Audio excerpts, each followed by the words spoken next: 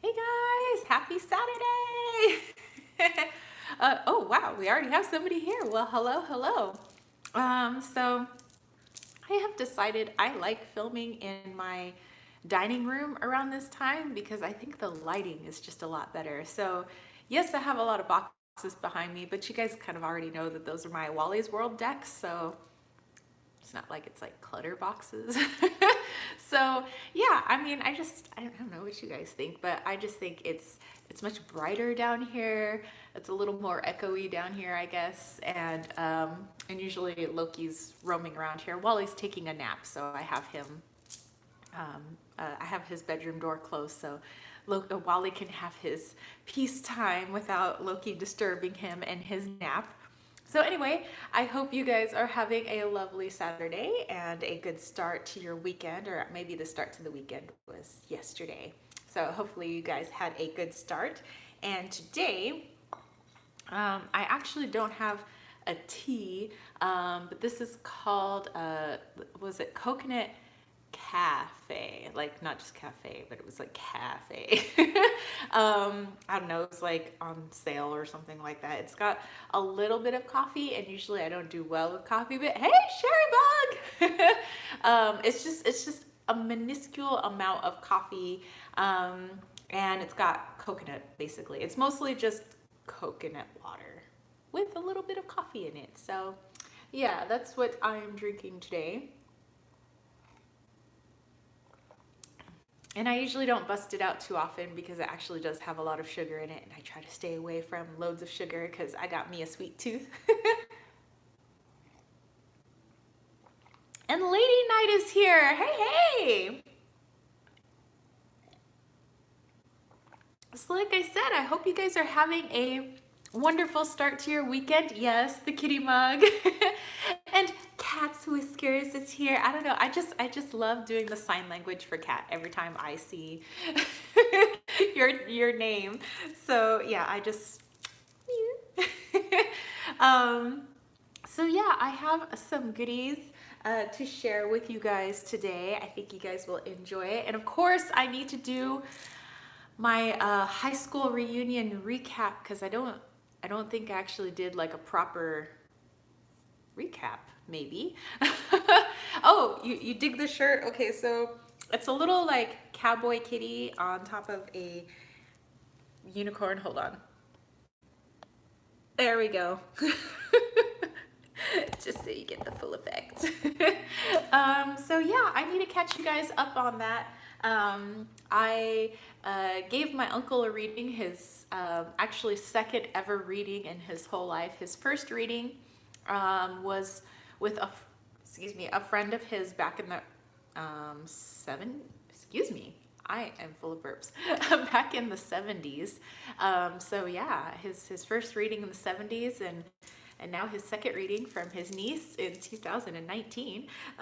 So that was fun, and I got a few goodies here. I made something I think you guys might dig because I dig it. I mean, I kind of felt like other people might dig it. And this box back here is actually for the giveaway that's going on. So a lot of you already saw my giveaway video from yesterday. So if you didn't see it and you are within the United States, definitely go check out the giveaway video.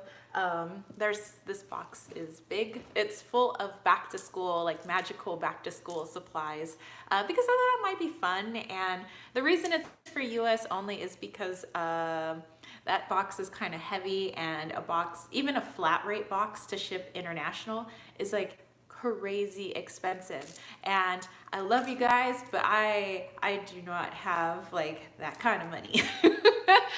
Lady Knight said, quick question on the side. What company is your nail polish from? Oh, um, I think this is Sally Hansen. It's like a holographic nail polish. It's called Big Shine. I know that's it. It's like the Big Shine line that they have. Yeah, I think it's Sally Hansen Big Shine. I think. I'm pretty sure. And Two Paths, hello. um, so yeah, So again, if you're interested in a giveaway full of like a lot of goodies, then check out yesterday's video. You just have to take a screenshot there's a part in the video where I say take a screenshot here. So you just like take a screenshot with your phone or the computer. And then you just like post that image to Facebook or Instagram, but you have to tag me. So you have to do @Kittens, Weights, and Tarot, because that's how I find you. I like type in like hashtag Magickal back to school giveaway, and then everybody whose posts have that in it, it pops up, and that's how I know who's in the giveaway. So just FYI, if you've entered on Facebook, I think a lot of people who've done the Instagram have done it correctly, but if you did Facebook, just make sure you have the hashtag, the #, Magickal back to school giveaway. And Sherry Bug didn't know how to do a screenshot. Okay, so if you're using your cell phone, it's the what you call it? It's the off button, and it's the like, you know, I'm using my phone, otherwise I would show you. You know, you have your phone and you have like the on button. I think I'm like referencing an iPhone, but you have like your button here, like your home button, and you have the off button on the side. You press them at the same time and it screenshots, and basically it goes right into your photos. If you're doing it on the computer, I believe it's was it Command 4, or yeah, if it's a Mac computer, I think it's Command 4, and then it takes a screenshot, or maybe it's Command Shift 4. It's one of those. Actually, you know what? Just Google how to take screenshot on computer, because I think that's how I did it at first. I was like, how do you take a computer screenshot? And basically, once you hit those buttons, there's like a little crosshair that shows up on your screen, and you do like a click and drag, like you drag it to be as big as you want, you know, to take that picture, and then once you let go, it like goes, it takes a picture. So, but yes, if you Google it, I think that's how I learned.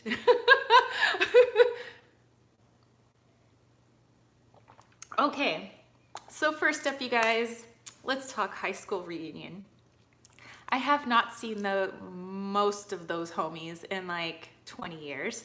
No, 20 years. Because we were the class of 1999. And yes, we did play Prince's Party Like It's 1999 during that whole year. And when we made like our homecoming parade floats, we had Prince's song playing. Yeah, so yeah, we got down with that. And so there's one of my friends that was there. Her and I we've not been like super close friends, but I mean, we're like buddies, you know, and we've been buddies for a long time, actually, like since 6th grade. Cherrybug said, OMG, I have some interesting news. Freya has been chatting my spiritual ears off this week. Oh, Cherrybug, you're okay. Okay, so let me finish the high school reunion. But Cherrybug, I was actually, we had our staff development yesterday, you know, because school's starting on Wednesday. So yeah, all the staff had to come back yesterday, Friday, and we got split up into teams for like a team building exercise, and they picked me as like the team leader, and I was on Team Freya. Because everything about our school is Norse mythology, so like, you know, like Viking stuff and everything. So yeah, we had I was on Team Freya. And Ruchi, hey! He says Namaskaram. How are you? And so okay, here we go. High school reunion. So my dude and I decided that we were going to take an Uber to the place that it was at. It was, I don't know if you guys know where an Imperial Beach is, but if you're in San Diego, it was an Imperial Beach. And it's like one of our furthest southern beaches. And it was supposed to be like it was like a restaurant / bar / hotel that was kind of right on the water, and we thought that would be really like pretty. And so that's where our reunion was, and our tickets were crazy expensive. I was like, because I had to pay a ticket for me and the dude. And so we take an Uber there. Just in case either of us is drinking, we didn't want to have like to worry about like somebody being the designated driver. We just wanted to be responsible, so we thought just taking an Uber down there and then taking an Uber back would be like the most responsible thing, so that there's like no drinking and driving. No drinking and driving, people. Stay alive, don't drink and drive. We were almost there. We were about 5 minutes away, and my friend that I've been friends with since like 6th grade, she's like texting me and she's like, "Where are you?" And I'm like, "Oh, I'm about 5 minutes away." She's like, "Well, me and my husband Sergio are already here." And I was like, "Okay, we'll be there." And she's like, "I haven't gone in yet." I was like, "What are you guys waiting outside?" She's like, "No, I'm waiting at the bar." And she's like, "But sorry, I have something in my throat." Let me take a sip of sort of coffee coconut. Probably because I ate right before I came on. I was a little hungry. So she was at the bar with her husband, and she's like, "I'm having a little bit of tequila." And I was like, "Are you nervous?" And she's like, "I'm hella nervous." And I was like, confession, like me too. And she was like, "Oh my God, we haven't seen these people in 20 years. She's like, "You need to get here because I'm not going in without you." And I was like, "How far away is the thing?" And she says, "Oh, it's literally down the hall," but I refuse to walk down the hall. I see people going by, and she goes, "And I know that they're all dressed up, and I know that they're going to our event." And she's like, "But I don't want to go without you." And she goes, "I'm so scared." And I was like, "Okay, I'm almost there, I'm almost there." So then when we get there, she's like, "Tara." And she comes running over, and and we were talking about how pretty each other looks, and her dude was like, he's like, "Can you believe she made me dress up for this thing?" He's like, "Man, I did not want to dress up because I told her I want to dress like a caballero, like I want to be a cowboy." And she's like, "You are not wearing your cowboy outfit to my high school reunion. I paid good money for us to be here." And he's like, "Babe, just let me wear the vest and I just want to wear the hat." And she's like, "No, do you know how hard we were arguing before we came here?" He was like, "I want to look like a caballero." And I'm like, "You are not going to be a caballero at my high school reunion." And she's like, "Put that belt buckle away." She's like, "Take off that hat." And he's like, "Oh, babe." And so he's like, she says, and then he was putting on his car club shirt because he's, I think he's like the vice president of his lowrider car club. Like they call them the Lolos. But lowriders, like, I don't know if you guys know, especially if you're in other countries, I don't know if you know, like lowriders, they're like cars that are on airbags or suspension, and basically they sit really low, and then they can make the car like bounce, like, you ever seen like rap videos? Those cars. So anyway, he has like 2 or 3 lowriders, but he is like the vice president of one of those clubs. And Sherry Bug says, "That's hilarious. Take off that belt buckle." Oh, and then Allie says, "I love listening to your stories." Yes, Allie, bouncy cars. I love bouncy cars. So anyway, he's putting on his car club shirt, and he's like, "Babe, put on your Lolo shirt." And she was like, "Are you serious? You want me to walk in with a group of people I haven't seen in 20 years, and I'm trying to make a good impression, like I've grown up or something, and you want me to wear the Lolo shirt? Like, no, you take it off." She's all, "We're not having this." Oh, the Sherry Bugs and lowriders don't do well in the country. I would assume. Our cars bounce from the holes in the road. Oh my gosh, that was like when I used to stay out in Ridgecrest in the summers, which was just out in the high desert. We would say that our car was a lowrider because of like all the holes on the way to my grandparents' house. Oh my God. Cat's Whisker says they were lucky to make it there in one piece. I know. So apparently there was like this huge fight over clothing, and then she was like, "And then he's knocking what I'm wearing." He's like, "Babe, you gonna wear that?" And she was like, she's all, "I'm dressing up." And he was like, "But why?" And she's all, "Because the tickets were $70. that's why, because I'm not dressing like she's all like I'm in the lowrider club to a place that I paid $70 to go, and you are not dressing like a cowboy. And he's like, could I wear the drug lord shirt though? And she's like, oh my God. She was like, and he was like, he had his like tequila. He was like standing behind her. He was like, yeah, I just wanted to wear my drug lord shirt. Ruchi, oh, my birthday actually was a couple months ago. It was June 10th. And that's why I have dogs.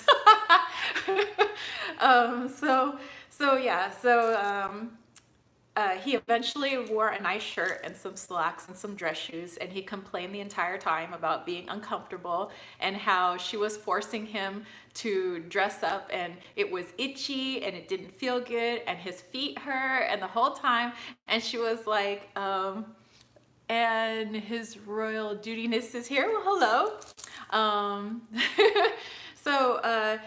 So he was, yeah, they were just like, well, they weren't bickering, but he was like complaining most of the time about having to dress up, and and so yeah, her and I just kind of like hung out. But yeah, we walked in there after like the initial commotion, and also my dude was like, yeah, she wanted me to dress up, so he like found a compromise of like some clothes or something, and then my dude and her husband were like talking about at the 30-year reunion they're coming in board shorts and Hawaiian shirts, and we're just like, whatever. And so we walked down the hall, and her and I are hand in hand, and we were like so like sweaty, and we like make it down, and the two people checking us in, you know, I recognized them. One of them, I ran into him at SeaWorld like 6 months prior, so like I kind of had already seen him, and you know, and it's weird because there's like bald people now, like there's dudes whose like hair has all fallen out, so like you don't recognize them.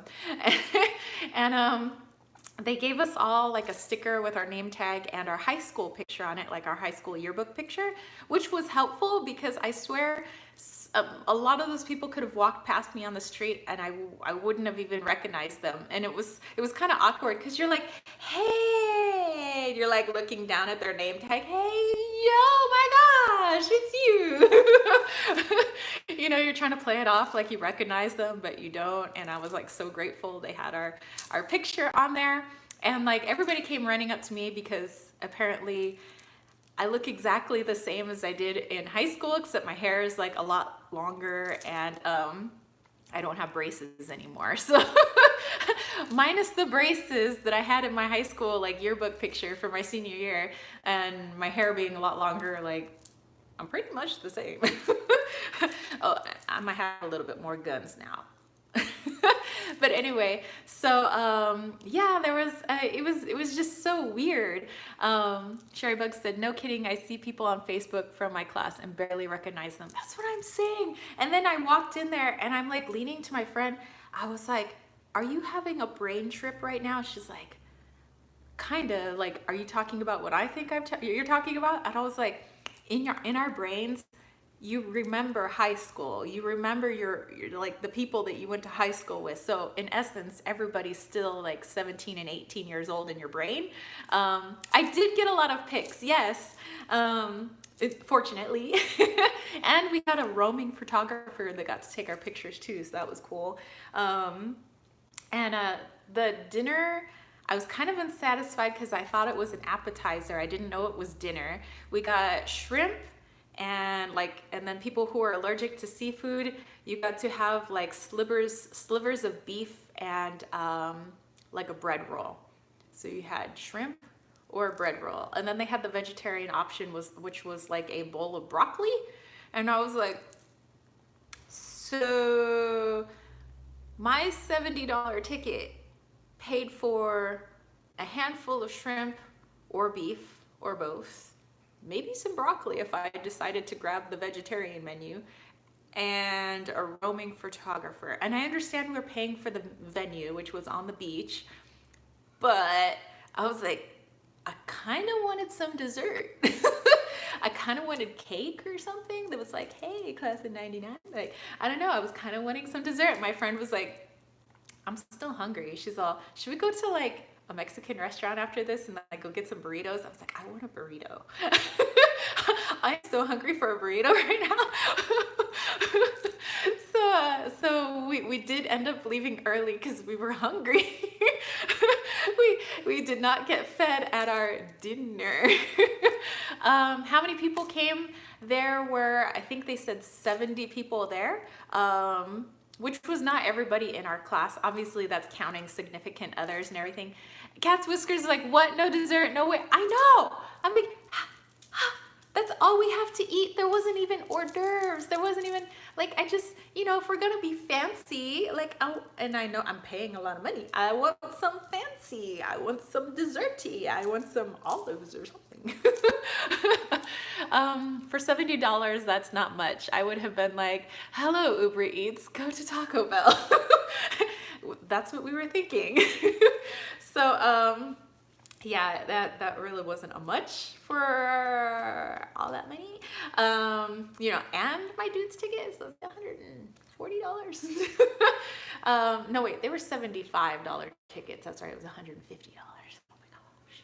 Anyway, so it was like such a head trip to see everybody like rapidly age progress, like right before your eyes. Like, it's like you recognize, like you're looking at their name tag, then you look into their eyes and like you recognize them, but they look like their parents.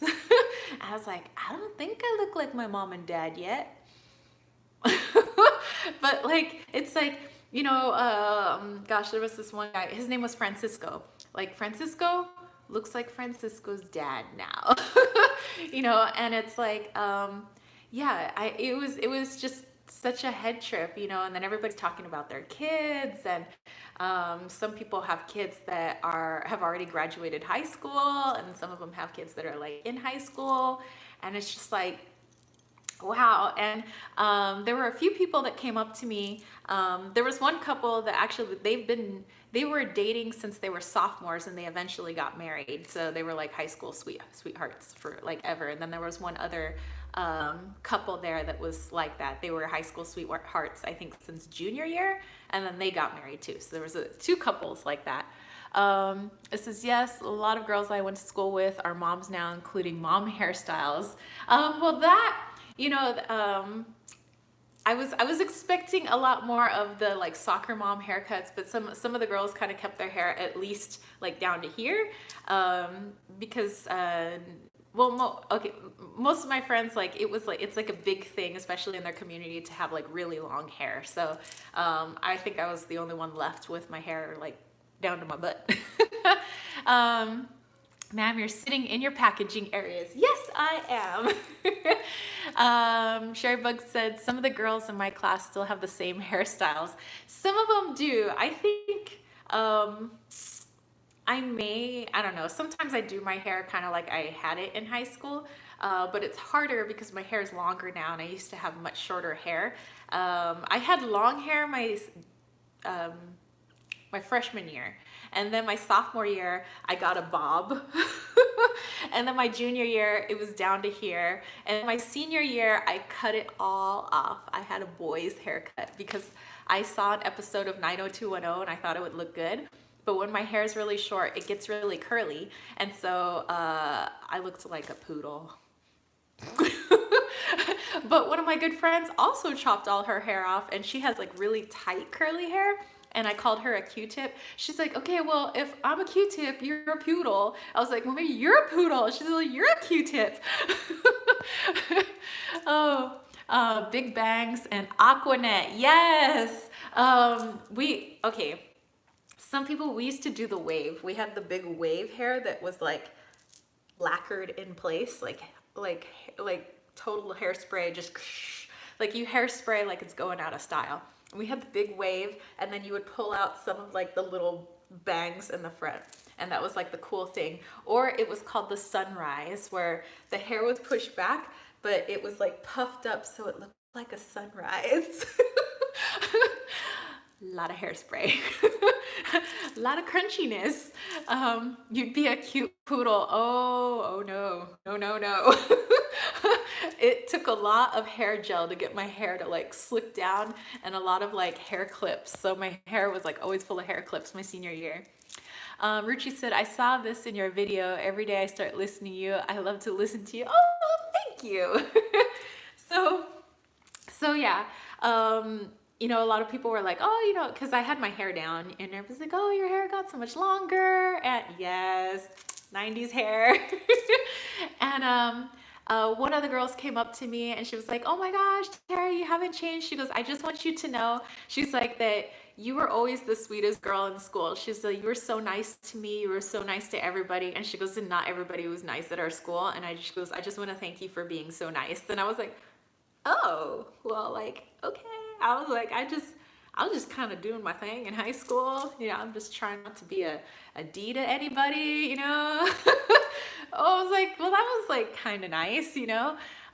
Sherry Buck said mine was maybe a sunrise, but stood up on the side. Oh, all right. And then there was this other girl came right over. She was like, "Oh my God, Tara!" And I recognized her, and her name was Mona.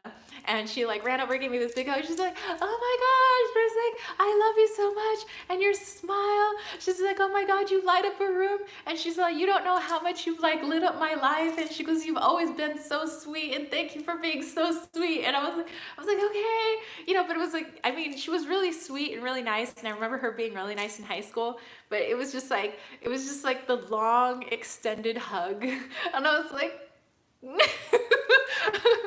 You know, I haven't seen her obviously in 20 years, and it was like it was just like kind of funny because I was like, yay, and I went to pull away, but we're still hugging. I was like, yay, we're still hugging. That's cool. All right, we're still hugging.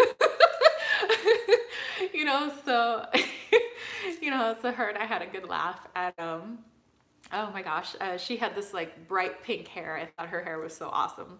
And what was it? Because there was a few people that put on the event, and one of the guys, he was like he used to be our Tommy Trojan, like because we were the Trojans. That was our mascot. We had Helen of Troy and we had Tommy Trojan, and so he was gonna be like our MC. So he had the mic and he's like, "All right, ladies." He goes, "Wow, you look like you've had Botox," and everybody's like, "What the?" And she's like, "I have." We're like. Are you kidding us? Like, we're not even, what? It was so like, oh my gosh, it was so weird. And then we ended up sitting at a booth. It was me, my dude. Okay, so this other dude, I don't think, okay, yeah, he doesn't know about this channel. Okay, so I knew him in middle school, and he didn't go to our high school. He went to a different high school. And one of my friends who couldn't go to the reunion, actually there was a bunch of people who couldn't go because they live out of state. And so one of the guys was like, I'm not going to the reunion. Well, number one, I can't go anyway. He's like, but I found out there's a guy who went to a different high school who's going to the reunion. Why is he going to the reunion? He's like, he went to middle school with us and he was in the ASB with you. I was in the associated student body, you know, like we put on the events and we sell like food and drinks to like the kids on campus. You know, it's like a way to like learn leadership skills. So I was like in that in middle school, and this guy was in the ASB with me. And so he's like, yeah, he's going to our reunion. Well, when I ran into him, he was like, hey, and he was talking to me as if he went to our high school, but he didn't go to our high school. And so all he was talking about was us in middle school. And he was just talking about like, wow, you've grown up and you're so pretty now and da da da da. And I was like, oh, that's cool. He's like, well, and he's talking to me and my friend, and he's like, well, let me come sit with you guys. So we're like, okay. And so he wanted to sit in my dude's seat. I said, oh no, I have a boyfriend. My boyfriend's here. And he's like, oh, okay. So he tried to sit the other seat. She says, no, I have a husband now, and that's my husband's seat. And he says, well, that's cool. I'll sit next to Tara. And he starts to do like put his arm around me. Like, are you serious? And just then, like, our guys showed up and he did the, like, put the arm back down. And I like shot a look to my friend. I was like, and she like looked at me, she's all, and so we're talking, and then he's like, oh, I forgot I left something over there, and he didn't come back. And then she leaned over, she's all, did that guy just try to put his arm around you? I was like, oh my gosh. Okay, that dude I haven't seen since 8th grade. I was like, I haven't seen him since I was 14 years old. And bro, I talked to you for 5 minutes and you try putting your arm around me? Like, what? That's kind of weird. And so we're talking, and then finally, my friend's husband, who now at this point has become very drunk, and my boyfriend had drank a lot, and me and my friend, we actually only had like maybe 1 or 2 drinks, so we were fine. But like our dudes are like the ones that are drunk at our high school reunion. So I'm like, I'm still hungry, I want a burrito. She's like, I want a burrito too.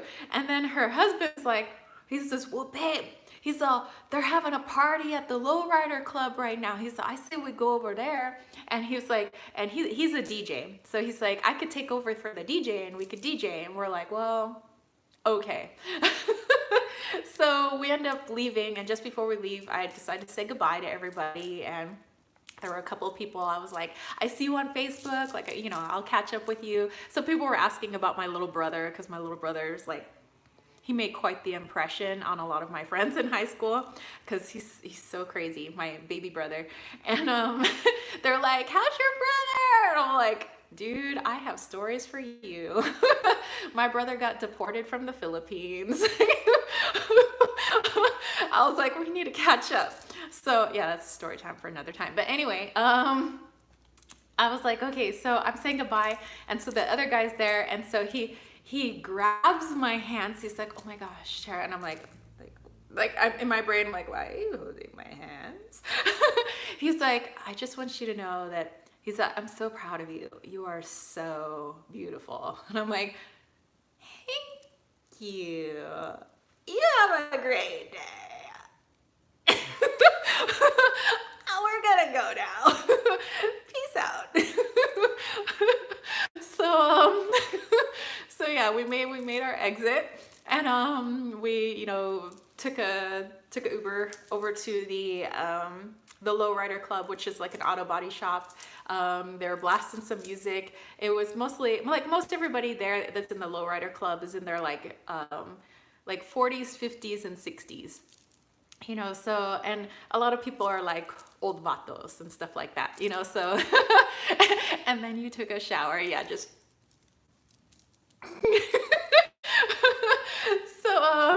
so yeah, we go there, and we ended up, talking to some really cool people. And Kendra, hey, so I talked to the president of the Lowrider Club, his wife, and she was like kind of talking about life and everything. And I think they're like 60, and she was talking about her daughter who was there, who's like in her 30s, and she was talking about her granddaughter and da da da da.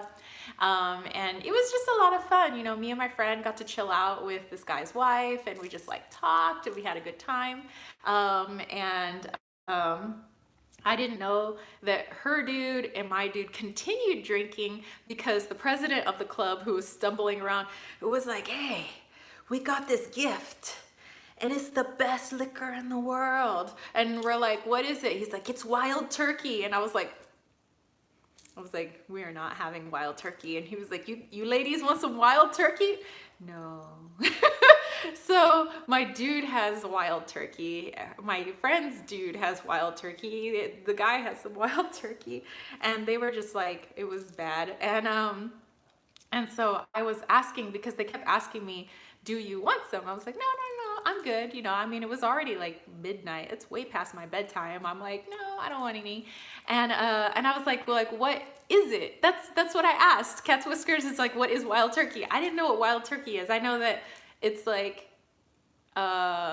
really cheap something that makes you throw up. That's all I know what it is. So so I was like, I don't, so I was like, but what is it? Is it like a whiskey? Is it tequila? Like, what is it? And so my dude asks like the president of the club, he's like, what is wild turkey? He's like, wild turkey it makes you go turkey. It's like gobble gobble. He's all, you drink enough, you turn into a turkey. And I was like, okay. And so my dude's like, it turns you into a turkey, you know, because he's like drunk at this point. I'm like, all right. And the guy's like, no, it's like a bourbon. It's like a whiskey. It's like a bourbon whiskey. And we're like, okay. I was like, yeah, I don't. And so, yeah. On the ride home, my boyfriend was really quiet, and I was like, giving directions how to get home. And I was wondering why my boyfriend was so quiet the whole time. And come to find out, he said because he had the spins, because he drank too much, and he was trying not to throw up in the vehicle that we were being sent home in. So I was like, oh, okay. So I was wondering why he just kind of stumbled into bed and like drank a bunch of water. And I was like, cool, you know. I woke up, I was like, ah. But anyway, let's see. Kendra said, I have to say that you looked marvelous in your giveaway video. You must go to the gym way more than me. I do love to go to the gym. That is my church. Sherrybug said, wild turkey is not that expensive whiskey. I know. And the guy kept saying, no, this is like good. This is top of the line. That was hilarious. Cass Whiskers, oh my word, turn into a turkey. Oh, yes. Yes, Kendra with the creepy guys. So it was interesting. You know, I appreciated all the photos that they posted on Facebook, because we had like alumni, like 1999 Facebook group, you know, that was specifically for the reunion. And so they posted all the photographers' pictures. Everybody who took pictures posted them there. Sherbig said, oh no, yep, the spins are one step away to praying to the porcelain god. Yes, yes. Which is why he was trying to hold it together, and he like drank a bunch of water. I know better. I don't drink wild turkey. No, I don't want to turn into a turkey. A turkey who vomits. I've been there too. There was only like one time in my whole life where, because usually I'm not a big drinker. You know, I like maybe a couple of drinks. I like to get the little buzz, and then that's it. You know, I'm not one to get drunk, because I don't like that feeling when you wake up in the morning. But there's one time where it was like a New Year's party, and it was just, I had way too much. And it was my boyfriend's best friend. He had this whole New Year's party. He had mermaids in the pool. He had all the furniture taken out of his backyard, and he brought in light up furniture. He had poker tables that he brought in with dealers. He like poker dealers. He had like heated bathrooms, portable bathrooms that he brought in for his driveway. He had a limo service, or like an Uber limo service that could take people home in case anybody was too intoxicated to drive home. He did like the whole thing. And so we had way too much, and then I thought I was dying. I thought I had to go to the hospital. I had the shivers, and I thought, this is what happens just before you die. And I kept throwing up. I was like, I want to go to the hospital. I've never felt like this. I'm pretty sure I'm dying. My boyfriend's like, no, you just didn't drink enough water. And I'm like, oh my God. Let me see. Kendra said, ugh, I promise I'd let you'd stop me do it again. And Ruchi said, ma'am, I want to know something about Archangel Raphael, something you can tell. Oh, I'll never do it. Okay, so Ruchi, about Archangel Raphael, actually, it's funny you bring that up. One of my friends who lives in Belgium, she's got some, the doctors are trying to figure out some pain issue that she has right now. And so she's been doing a lot of calling on Archangel Raphael for help. That is an angel that I've called on, sometimes for healing, but usually when I'm doing healings for others, that's not usually who I call on. There's a guy named Tom who was a doctor at one point in this life, or maybe not this life, but some life. And so usually I call on that guy, but I also maybe sometimes call on Archangel Raphael. Because I know that, that particular energy does happen to help a lot of people. Possibly people, hopefully not suffering from hangovers, but, but anyway, So yeah, the reunion was interesting. Very, very interesting. We at least have some stories to tell.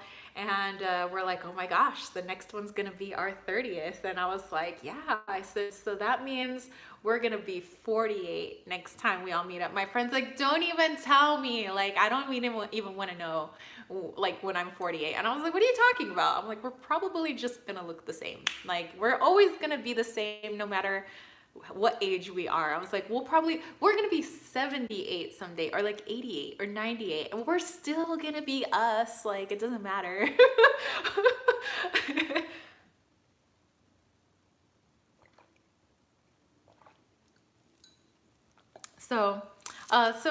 Okay, so Ruchi, for Archangel Raphael, I know a lot of people like to bring in that energy, whether they were like religious or not, because in my brain, like when we talk about angels and things like that, I know that angels are often associated with Christianity, but I think that their energy, they are an energy, and different religions have called them different things. Some people say devas, some people say angels, some people say, other things. But I think they're all referring to the same energy. So I think that sometimes when it comes to working with angels, some people are put off by it because there is an association to a particular religion with it. When I don't think it's like they are just with that religion. I think they're just an energy, for help, that are, here to assist and here to guide, kind of like higher vibrational guides, you could say. Whether you imagine them with wings or not, um, excuse me. But I do think that a lot of different religions have picked them up because they have tapped into the energy, and they do find their energy to be quite helpful, quite healing, quite powerful. And so, it's kind of like just seamlessly kind of made it into a lot of different religions that way. So when I say, I work with angels, or somebody says they work with angels, I don't automatically assume that they are working with a particular religion. They could be, but I think that that's just the name they know to call that energy, and it's not really tied in to a religion. That's not the religion itself. I think they're just kind of like pulling in energies. But in my like in my work, I have worked with angels, and angels do come in from time to time. And for me, that it's like, how do I want to put this? I think that like the different energies that come to assist us, just like we like assisting each other here on earth. I think that everything is just about school. It's about learning. And I guess you can call those other people like guidance counselors, you have all these different like levels of energies or people or whatever that are just like trying to help you through school. And so I see it as kind of like a big building, and everybody's on a different floor. And so I see like, people who are now guides on the other side, who maybe were once in human form or on a certain floor. I think angels are more towards the top floor, but I don't think they're the top floor. I just kind of have this feeling that there's these energies that are above like angelic energy, and they're just a couple of floors up. So I just keep thinking like floors of a building, and it doesn't make one better than the other. It's just different levels of energy and different levels of expertise. So I think that when you call on an angel for energy, that you're kind of asking for a particular vibration of energy that for me is like pretty high up in those floors in a building. You can kind of call them down to assist you. I don't think that they do things for you because they're like not magic genies or anything, but they can guide you to help yourself. And I think that they can, assist more if I think that it's within your soul's contract. But that's like kind of like all my beliefs. Virgie said, ma'am, I was listening to one reading and I just said Archangel Raphael, and I don't know how to say, but the card which came was Archangel Raphael, and I was in shock. Oh, wow.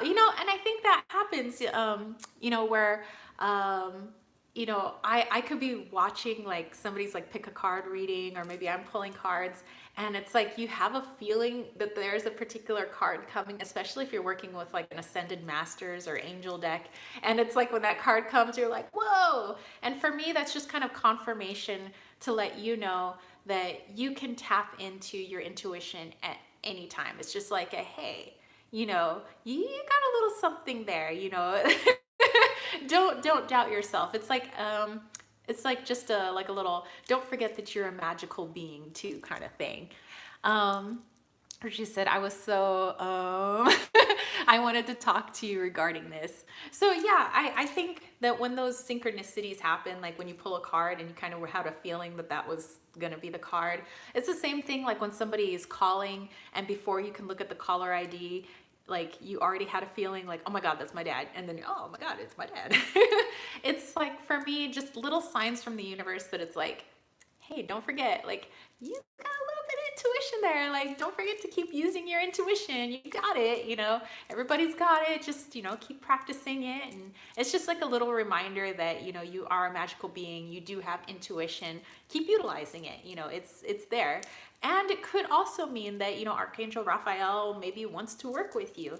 So I would say the best thing to do, especially if you don't know much about that angel or that particular energy or ascended master or whatever it may be, is research. For me, I am big on the research. I Google, I read books, and I try to find out as much as possible.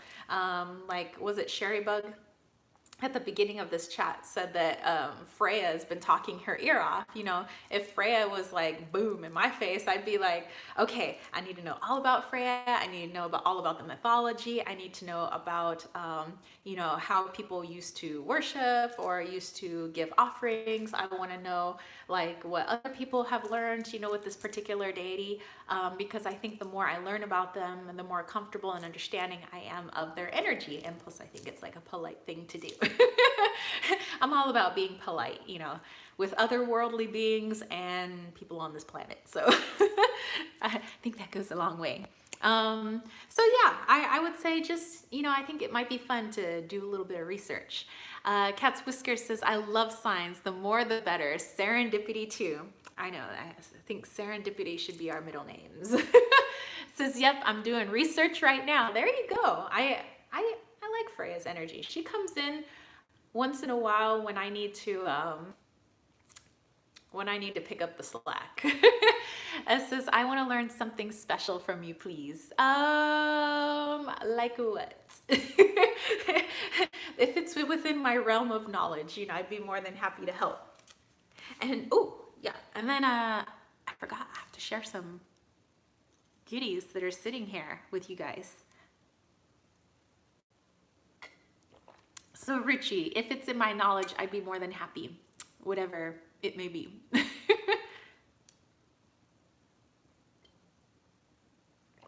And if it's not in my knowledge, I'd like to add it into my knowledge. I like to be like a little sponge, just kind of soak everything up.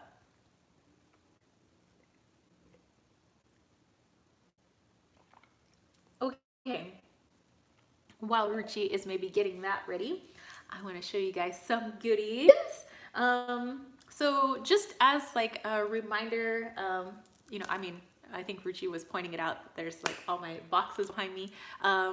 You know, I do obviously still have some Wally's World, and I have to send out a Wally's World to Lizin Unti, who comes on here every once in a while, and she just bought a deck, so I have to send hers out. So I'll be wrapping that after the chat today. Ruchi said regarding a spiritual way.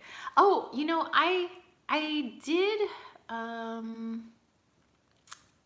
think I have done a couple of videos where I talked about like my path, kind of like how I like kind of got into it all, you know, like, because I think, you know, if we think back, I kind of have always known that there was more beyond what I could see with my two little peepers since I was like a kid.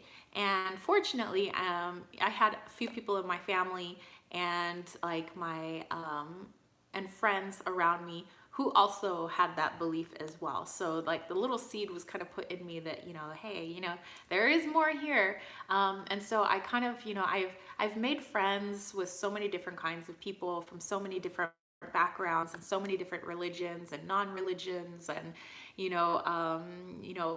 different kind of witchy paths. I've made friends, and there's people in my family who have all different kinds of spiritual beliefs. So being kind of in that melting pot of having, all of this unique people and points of view around me, I've been able to kind of like pick from things that really connect with me, and kind of make my own thing, I guess you could say. I guess you can say I'm like a cake or a cookie, because I just take all the ingredients that I think would go really well together and like really connect with me, and you put it all together in the bowl and you bake it or you meditate on it. And yeah, so I would say that my spiritual path is kind of like a cookie or a cake. I kind of just put a lot of different ingredients together while also looking into where those ingredients are coming from, those particular beliefs, so that I have a good, clear understanding, of that.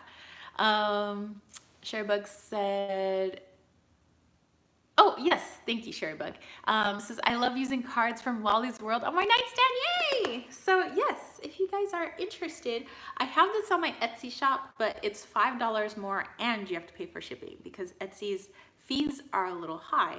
However, when you go through my website, it's just PayPal's fees, and PayPal doesn't really have really big fees. So that's how I can charge free shipping all over the world, and it's $5 less. So, So my website, if you don't know, is kittensweightsandtarot.com. And I made a little something, but I made a small batch because I can't make that much. I made my first ever beauty salve for the face and for like bruises, and it's just using like my roses. I've been all about my roses, and that's why I made a batch of just 12 of these pots, little 2-ounce pots. Because again, it's roses for my garden, so I can't make like a lot. So I have these in my Etsy shop, and I call it Goddess of the Rose. And so I took mostly my red roses, some of my white roses as well, but I took my red roses, some of my white roses, I dried them, I put them in a jar with sunflower oil as like the carrier oil, and I let it sit for 2 months because I really like the extractions of the essential oils that come from the rose petals, as well as their color and all the other goodness that comes from roses.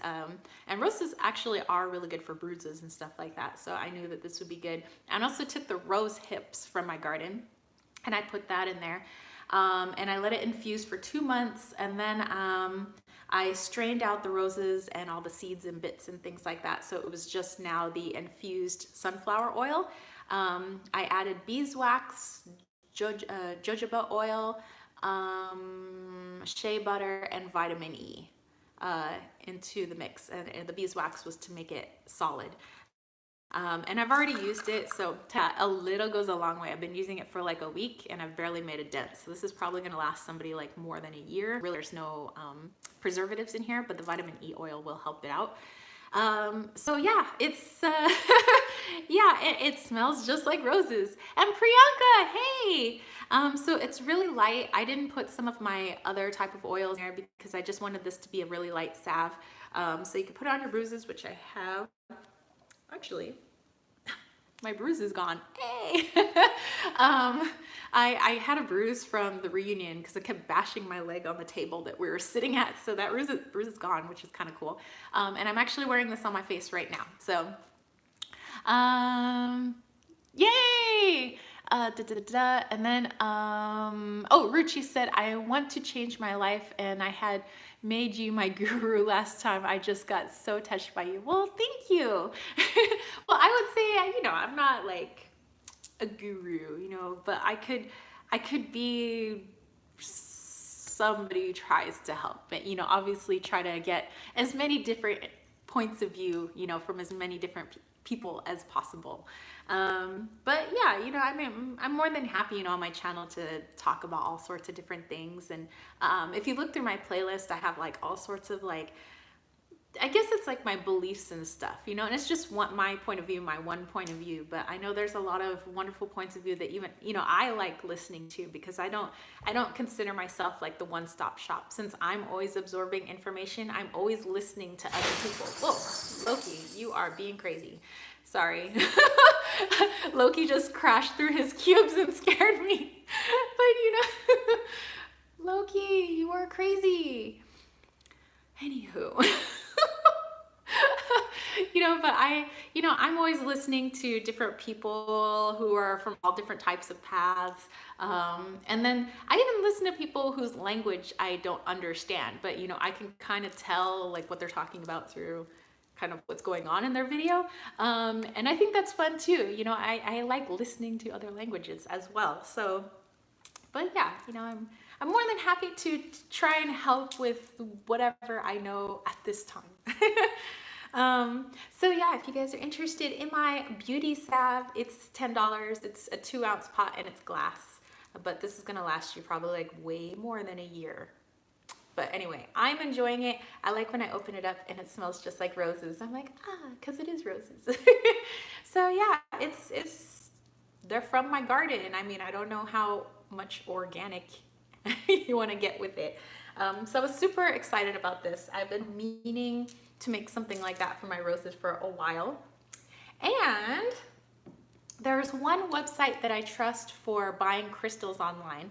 Otherwise, I'd rather get crystals in person, you know, or find them on the ground and I want to feel and touch them. But if I'm going to get them online, there's only one place that I trust personally, and that's healingcrystals.com. And right now they have a 50% off like sale on like a lot of their stock, because I think they're trying to clear it out and get ready for fall. So I got a box. It was like an unknown box. They have these boxes that they package up like in India and in other places where there's a fly in here.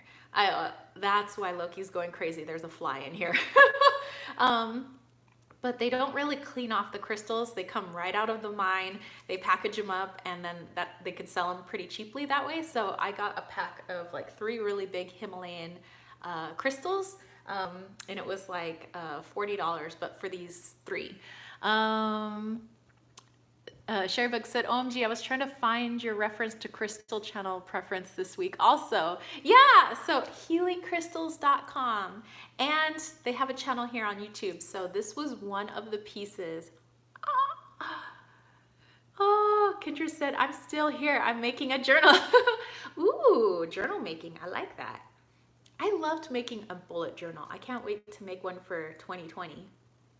But yeah, this Himalayan crystal, and I like that it still had pieces of like, you know, because it had just come out of the mine, so it was like so cool. I like that. I like when it's like fresh out of the cave or dirt or you know. So there's this one, and it was a box of 3. So listening in the corner, you know, that's me. Like when I'm listening to other people's live chats, like Simon from the Hermit's Cave, or I'm listening to Avalon, Cameron, or I'm listening to, who else? Maddox, what's her name? Something Maddox. My brain went blank, but Kellyanne Maddox. Yeah, I love listening to her rambles. You know, usually I'll just like put it on and I'll like be doing something else, but I like listening. Okay, so here's one of the others. And so again, this was like a $40 box, and it has these like giant crystals. Usually if you go into a shop, like these are $40, if not more. Like I'm just like, yeah, I'll get them straight from the mine. I'll clean them up myself, like whatever. And actually these aren't dirty. You know, it's the minerals and stuff that are in like kind of attached to the crystal that kind of give it that pink color. So it's not dirty anymore. I swear I cleaned it.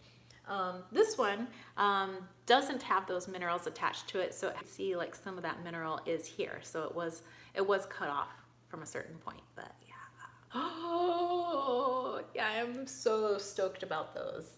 So yeah, and then I got a couple of other crystals, but those are for my friend number January, December-ish. So I've been like throwing like little goodies in there for her. And so one of the other things that I got for myself, which didn't come in this bag, I like had to get this bag, are, actually I think I had a weird, it doesn't have anything on it. This is like our little movement one. So yeah, these, I think they're really cute. And I was like, for like $4, yeah.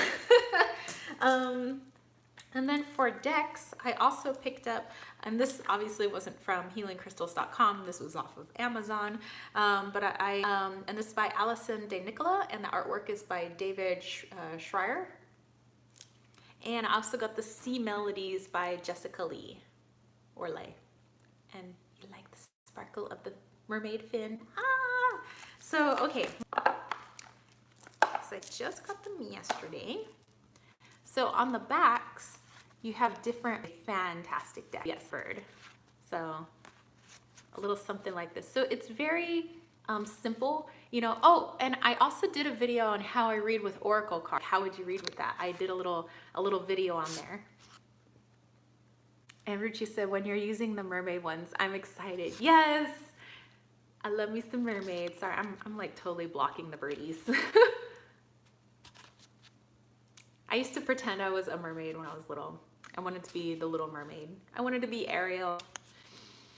Like, how old was that? I was like 9 or 10 years old when that came out.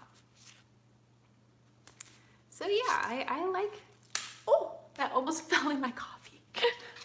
Oh, no. Oh, what bird was it? Oh, it was the white owl. The wisdom and messages of the divine are within you. Ooh, maybe that's a message for one of you guys. Or maybe it's a message for me. Ah!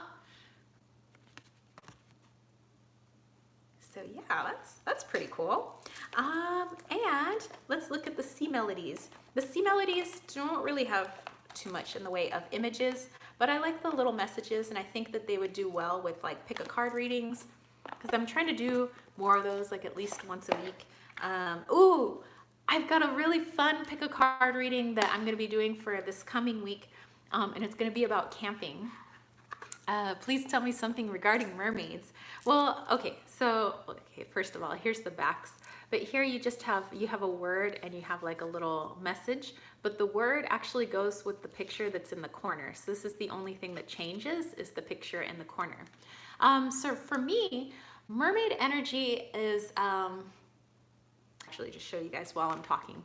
It was really helpful when, because when I was a child, I've mentioned like many a times that I had a pretty rough upbringing. And so I was needing a little bit of extra love and a little bit of extra care. And so energies at the time, I thought it was just like make-believe, but I really had this fascination with mermaids. And since I was like a kid who was like hurting, I wanted that freedom to be able to just like swim all over the ocean. You know, if you swim in the ocean, basically you can go anywhere you want in the world. You know, you don't need an airplane, you don't need a sailboat. You could just go. You basically, in my brain as a little kid, you could own the planet if you were a mermaid. And I wanted that freedom because I felt very much not free when I was a kid. And so I had connected to mermaids and it came out. And so I would pretend every time I was in the ocean or in a swimming pool that I was a mermaid, and I would try to like put my legs together and flip them like a flipper. I even picked bathing to be like a mermaid. And yeah, I felt like every time I tapped into that energy, every time I tried to protect in the bathtub, you know, and try to be like underwater, and I try to listen to like the bathtub noise, you know, hear how the mermaids hear. For me, that was very comforting. It gave me a lot of, to be a very soft energy. I found them too tough, because I think that it's like the wrong word to use, but I felt like, it's kind of funny, like they gave me inner strength to stand on my own 2 feet, even they don't have feet, they have fins. You know, so I felt like pretending I was one of them, to have their freedom, to be able to do what I wanted to do, to sing my songs, because, you know, I love to sing, that it gave me strength in doing that. And so now that I'm an adult and I don't feel confined anymore, I don't feel like I'm, you know, trapped in a bad household or anything, now they help me kind of break through areas of my life, you know, when I want to work on something new. So I really feel like they're good for that, and they're pretty no nonsense. I mean, they were a little more gentle with me when I was a kid, but now I think they know that I'm tough enough to be able to take a little more no nonsense from them. So yeah, when I work with mermaids now, because I love the ocean, and I mean, I love the desert. I love all kinds of nature, but you know, I live not too far from the ocean. That they come at a time when they're like, hey, you need to look at some stuff in your life and you need to bust through this, and they can be very clear. Crystal clear as the waters. Jezebel said, as someone who does mermaid swimming, I can bust that bubble because mermaid swimming is hard work. So swimming everywhere in the world would be like running everywhere. Okay, so in essence, you maybe unless you were like a marathon mermaid, or maybe you can't go all over the world, but the idea that you could, you know, would be there. Ruchi said, "Ah, what a powerful person you are to stay blessed always." Well, thank you. So yeah, I just, yeah, now when I work with them, I think, well, I mean, just like Jezebel just said, you know, like actually trying to be a mermaid is hard work, you know, the whole swimming and everything. So these are tough energies. These are tough beings. And some of them can swim, you know, the darkest depths of the ocean and, you know, up to the lightest parts. And so it's like, you know, if you're needing to bust through some darkness, if you're needing to get out of your own way, if, you know, I think that tapping into mermaid energy would be really good for that. And this is just my experience. I just feel like they're very intense. For other people, maybe not so much, but for me, yes. So there was those goodies, you guys. And then I did a reading at my uncle's house, and like I said, this was his like second reading ever in his whole life. And he had a deck that was gifted to him back in the 70s, and it was the one that he got his first reading with, his first and only reading. I was his second reading, but his first reading was back in the 70s, like 1972, something like that. And his friend who did the reading ended up gifting him the deck that he did the reading with. And his friend told him he got this deck at like a garage sale for like $5 back in the 60s, like the late 60s, mid to late 60s. And so my uncle has kind of always held on to it. He says every now and then he's always kind of shuffled the cards, but he's never really learned how to use the tarot. And he says he's tried, but it's just like kind of difficult for him. And so when I did the reading and he was like, he pulled out the cards and I said, oh yeah, I want to take a picture because I want to show, you know, some of my friends on Facebook, like these cool old cards. And he's like, I want you to have them. I think that you being into all of this and being so good at it, I think you should have my deck. And I was like, really? Like, I could teach you. and he's like, no, like, I want you to have it. Let's see. Oh, Jezebel said, but swimming with a tail makes my inner child feel so much like a princess and being of pure beauty and elegance. Oh, yes. Yeah, anytime I was like trying to pretend to be a mermaid in the pool, I would feel so pretty, like busting through the surface, and I would try to pretend like I was Ariel. I'd be like, oh. You know, I think it's a lot of fun. I kind of secretly have always wanted like an actual tail for the pool. Says maybe it doesn't bother mermaids. Yeah. So anyway, so this was the deck. It's a little beat up, but technically I think it's had like 3 owners maybe. Yeah, so originally, okay, so this deck, I had to Google search it. I had to figure it out based on the backs and based on like what this box looked like. So this deck is from 1961. Ruchi said, Jezebel, so true, like a princess. So this is from 1961. This is from University Books, like the printing company, and it's a Waite Smith deck. Based off of the original Rider Smith decks that came into the US a long time ago, or some had made it into the US, but not many.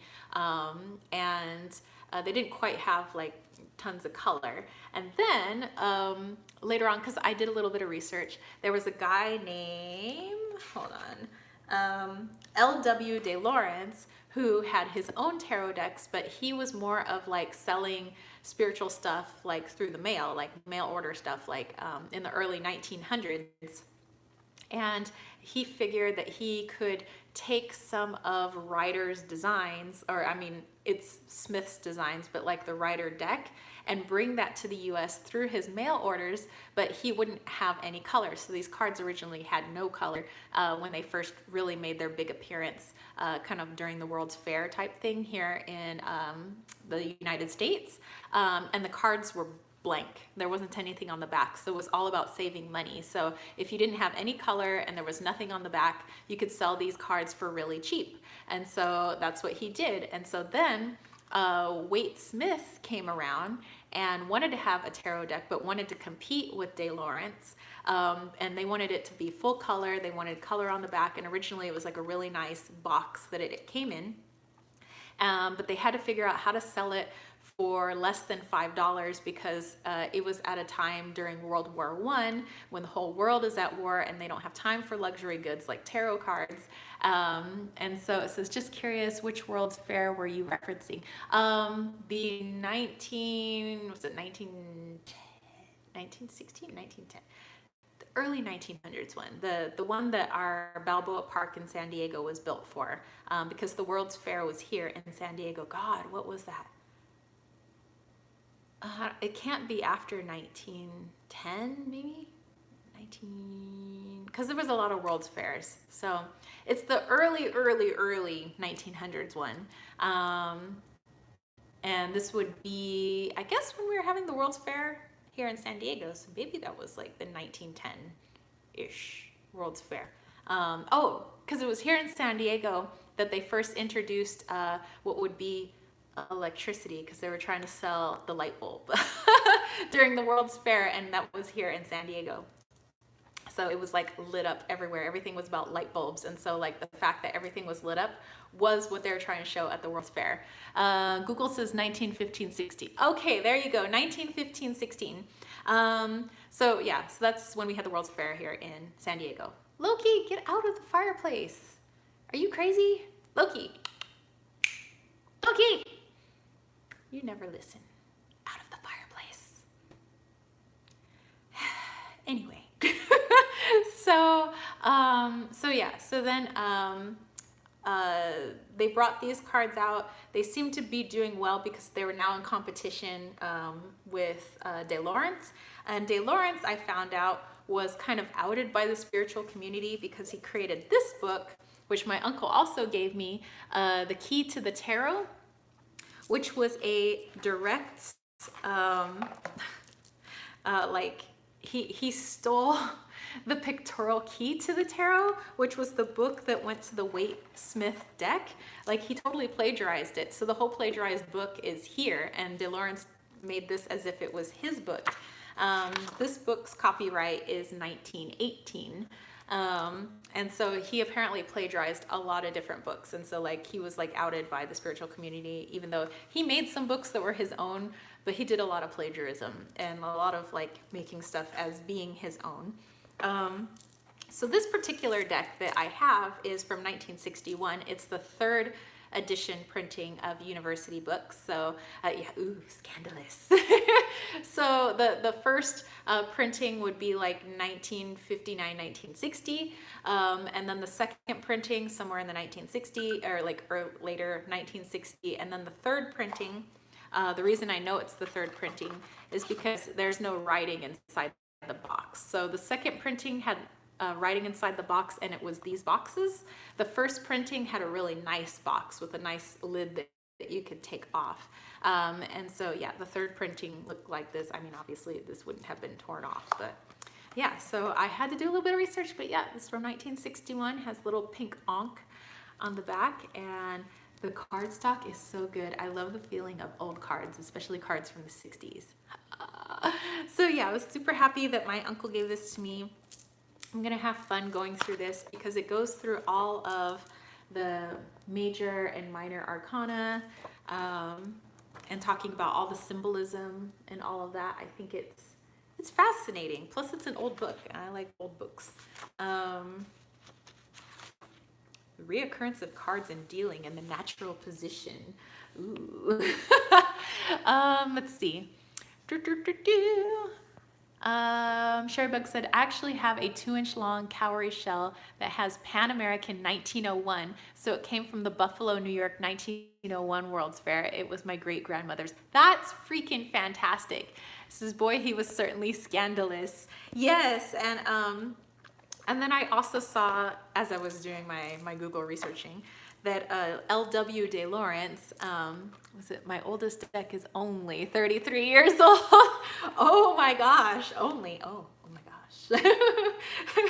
I'm older than that deck.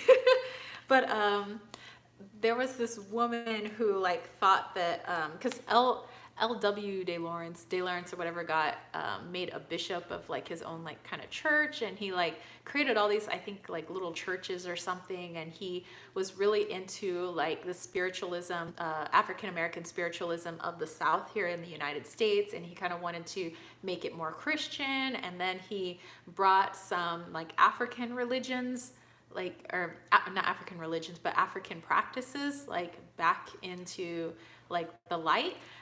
You know, like he wanted to make it more accessible and kind of bring it back, you know, and bring it to the United States.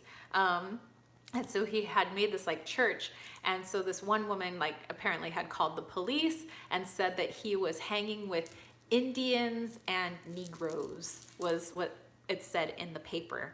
And so that was like scandalous, having like, because he was like hanging with mixed races, you know, and so they arrested him apparently for hanging with mixed races, which is like, you know, you read that stuff now, you're like, are you serious? And so that they were dancing in unusual body contortions and ways, and that they were wearing clothes of the Orient. So that was like totally like, and you're wearing clothes of other cultures that don't look, and you're hanging with people from other cultures. Like it was like, oh my gosh. And so he was arrested on that. His church was taken down. All the people that were with him, his wife at the time, they were all arrested for that. Yes. Oh, the old racism. Talk about it, Jezebel. So it says, Jezebel said, such a cool deck to have all that history. And Ruchi, I was wondering if it would be so wonderful, we all sitting together and talking about our experience, everything, if we should meet someday, I wish. You know, I think it would be cool someday. Loki, what are you doing? I swear. Loki's name is so fitting. I think it would be cool. I've done a meetup before, but it was mostly like a meetup for anybody who was in San Diego. But I think it would be cool, kind of like, you know, Simon out in the Hermit's Cave. They had like a UK meetup recently. What's her name? Jennifer. Storelli. Jennifer Storelli. Yes. She had created like, you know, like a, I guess it was like tarot stock, you know, so people got to go like to her place, and like, you know, everybody got to meet up, and that was pretty cool. And I hope that someday, I think it would be cool if like, you know, all you guys that live, I know, all over the world, you know, and all over the US, I think that would be cool to do a meetup someday. Loki. Okay, so a Amazon box with the oil for my car came. He is opening the box. Hold on. I need to show you guys a little something. Oh, now you stop. Now you know I'm going to show the whole world what you're doing. Okay. Oh, he comes over like he wasn't just trying to tear that box open over there. Yeah. You know what? They don't believe your innocence. They know that you're a crazy gatito.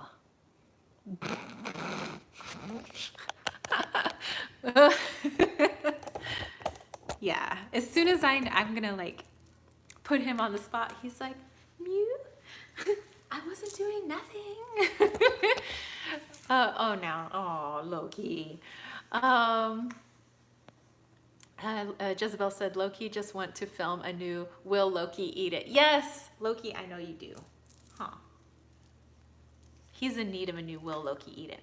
Willow Wind, that's the person I was thinking of. Yes, thank you, Sherry Bug. So it was Willow Wind had created, tarot stock. So Ruchi said, I would want to meet you. I think it would be cool to meet you guys all. Someday, one day, the universe will put everything together, and I think that'll happen someday. I also want to do a bit of traveling, and I think it would be cool to be like, oh, I'm going to be in this part of the UK, or I'm going to be this part of Australia or Ireland, or, this part of the US. If you guys are around, I'd love to say hello. I think that would be so cool. Of course, I'd need a lot more money for traveling, but I think someday I have a good feeling. It's probably not going to be like someday super soon, but someday I think that'd be cool for all of us to meet up. Okay, Loki is on my Lenormand board that I was going to use, but I thought I'd bust out my Lenormand cards. What are we, 82 minutes? That's not too bad. Okay, we're good. So we will come and meet you, right? Yeah, I think that would be cool. Loki, they're all sending you loves. Oh, he's taking a bath for you guys. They should do themed retirement homes, like one house just for tarot and spiritual people. That would be cool. So yes, the tarot retirement homes. That would be cool. That's a good idea. You may have just found your $1 million idea.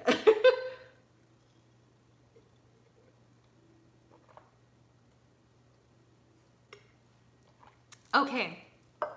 I think this is a cool exercise. I don't know if you guys have some Lenormand cards, or if you're into Lenormand, but I like to use Lenormand, but my favorite way to use it is for timing and for things that are lost or missing around my house. Of course, I use other things for things that are missing around my house. Like sometimes I use the pendulum, sometimes I use oracle cards, and I did do a video on how I use oracle cards for finding missing things, and I think I did that for my pendulums as well. And when someone gets the death card, they have a heart attack and really die. Oh my gosh. Oh my gosh. Oh no. Oh no. Yeah, if we're in the tarot retirement home and we're like, oh, it's like the opera Carmen. Oh, la mort. Oh. So, okay. So what I was going to do is, okay, so I have my Lenormand cards here. And the thing that Loki is laying on right now is this like giant Lenormand board that I made. It has all the Lenormand houses from 1 to 36. And I've put little notes on there. So like under the key, it says that if I was going for location, it means that whatever, this thing lands on is in a doorway, it's in a gate, it's in a locked space, it's safe. If it's relating to like the body, that there's a cure for it. And if I'm looking at timing, the key relates to November. And this is all information that I got off online. So it's not like I already knew all this stuff. So I got all this information off online, like cross-referencing everything. And so when I'm looking for something, I have to give it a significator in here. And so I thought for funsies, if one of you guys could tell me something that you know the location of, like maybe one of you guys has a pet and it's in a room right now, or you have your tarot deck that you're working with, but it's in a particular room or it's in a particular place. And so you could ask me, since you can give me confirmation if it's right or not, be like, where is X? Where is my tarot deck? Or where is my kitty cat right now? And I will try to pick a significator so you can see how I do this. And I'll turn the camera around so you can see like what I'm doing.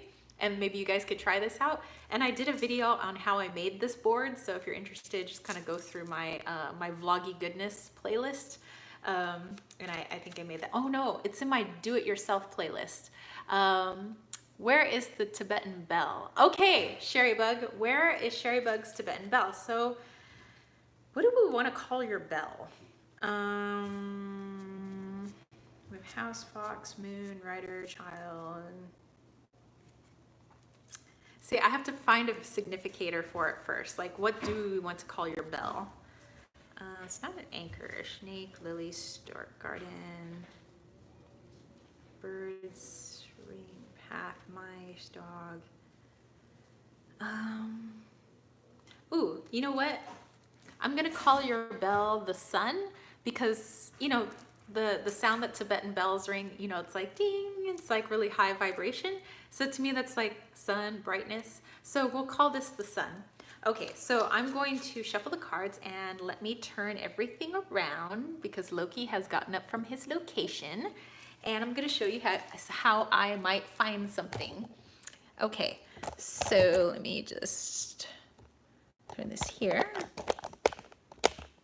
Sorry if there's noises. I'm trying to readjust the camera. Okay, so this is just on a piece of like presentation board.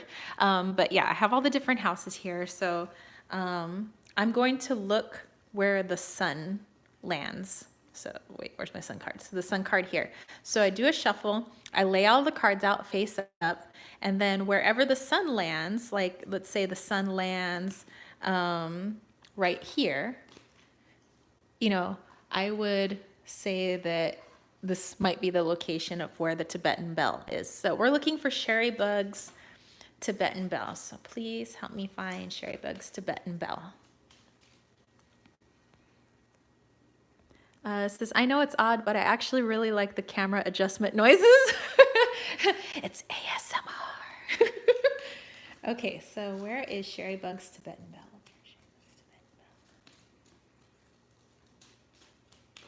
Okay, so we're gonna start putting these face up.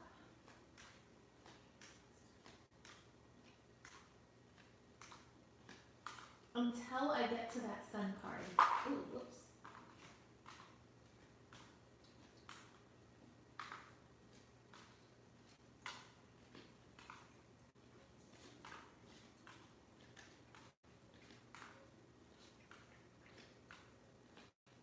I haven't got to that sun card yet.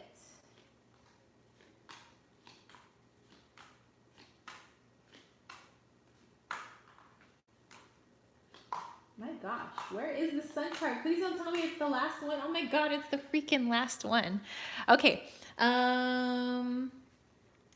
It says that it is in a church, holy place, or sacred space, or an altar. So that's where it says your Tibetan bell is. So is that correct? Is that where your Tibetan bell is? In some sort of sacred space, altar, holy place, or church? So that's literally what it says. It says, I had a feeling it would be the last card. It always is. I'm like, it's like when you're trying to find a card and it's always the freaking last card. So yeah, I found that. It's kind of interesting. So Sherry Bug will have to give us confirmation if that is true or not. It says, holy crap, it's on the nightstand, a sacred space next to a wooden cross. Oh! So you guys like that? I mean, you guys can do this too. I really like Lenormand for that. I mean, I use it like regular Lenormand too, but since I use tarot and oracle a lot more, I prefer using this for timing and for where something's at, because I literally lose things a lot. I misplace things because I'll put it down on a counter and then I go off and do something and I forget.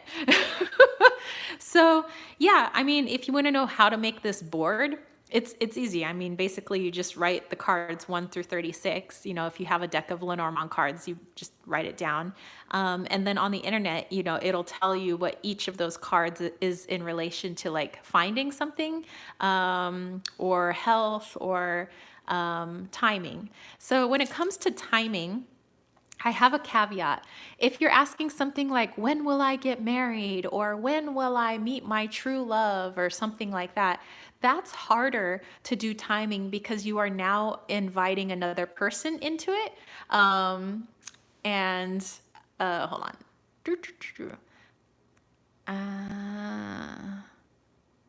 Okay. Okay. So, alrighty. Okay, so I don't I don't like adding like another person into the mix. So if I'm like trying to find out like the love of my life, you know, that other person has free will, and it's like a lot harder um for accuracy when it comes to timing. So usually if I'm doing timing, it's something that just affects me personally instead of bringing other people into the equation, if that makes sense, because I think it gets a little muddled. So I could say, like for me and the dude, you know, we're not married, but we've been together for November will be 13 years. And I could be like, when's the dude gonna marry me? Well, that also is factoring in the dude himself, you know, his free will, what he decides to do. I know what I want to do, but you know, so the timing might not be that accurate because it's also factoring in another person. Let's see. Ruchi said, can this be used for a person, also people who go hurting you? You know, I think again, it's harder to look into somebody else's energy, especially when you don't have their permission. So usually, again, if I'm doing timing, I always just do it for myself, for personal use. Or if somebody came to me asking for timing about them, about, them and not somebody else, so yeah. Okay, so let's do this again. And let's look at timing, but for you guys, for, not factoring in another person or anything. Like if, let's say you have something that's being shipped to you right now and you're wondering like when it's going to arrive at your house, like you could do that. So does anybody have a timing question, which doesn't really include anybody except yourself? Usually when stuff is shipping to me, this is like pretty accurate for shipping as well. Okay, so anybody have like a timing question? So again, I would probably exclude the when am I going to get married and when am I going to find the love of my life, because that's way more in depth than that. There's too many factors in that. Okay, let's see. Lady Knight said, when will my art history tarot for past lives get here? This is G. I bet nobody has a deck on the way. It says, okay, it's for material things. Ruchi, I think it works best for material things, but you can do timing for other things. Like when am I, I don't know. It's just like anything pertaining to you, but we're going to go with Lady Knight. So when's her art history tarot for past lives going to get here? Okay, so for tarot, let's find your significator card. I like to use the book for tarot because book means knowledge, and I think of tarot as like a type of knowledge.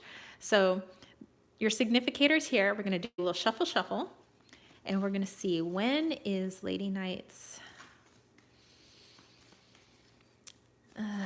art history tarot for past lives going to get here. When's her art history tarot going to get here?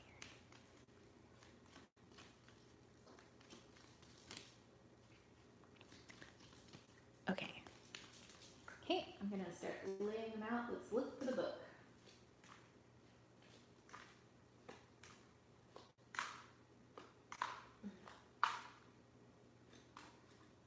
Also, if there's like a crazy timing, I usually have to, okay, we already have our book.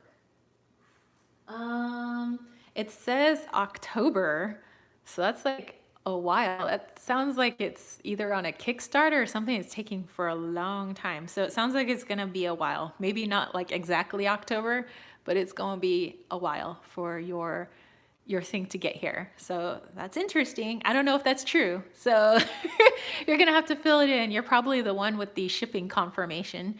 You probably know when it's gonna get here, like we don't. So I don't know. Lenormand thinks it's not gonna be here till October. So I don't know. And I don't know why it's saying October.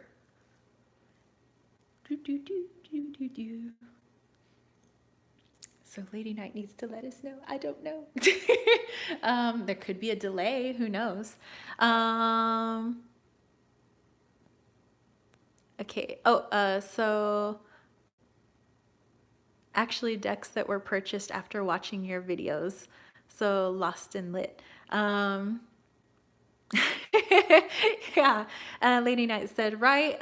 It landed in Germany last Sunday, and I'm waiting for the postman. Hold on.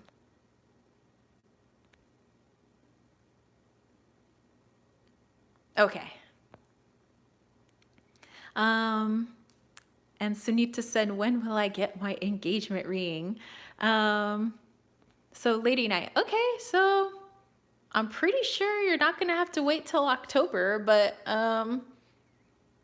that's interesting. That's really interesting. So I don't know. I hope there's no delays. I hope it comes right to you. So yeah. Yeah, I don't know why it would say October. That might be something to look into as well. And Sunita. So, okay, so Sunita, you have to let me know, like, have you already been proposed to? So remember, we can't really factor in somebody else into timing. Like you're not waiting on somebody to propose to you. Okay, so Lady Night, yes, keep us updated. So Sunita, so like if you've already been proposed to and like maybe you're just waiting for the ring because it's getting cleaned, or maybe you know, the person has already said, I'm going to be proposing to you soon, or you know it's coming. So it's going to be a little funky with timing because we're working with another person. So is this person has already like said they were going to propose to you, or is that already like in the works? Because then it'll be more accurate. So let me just pick these up.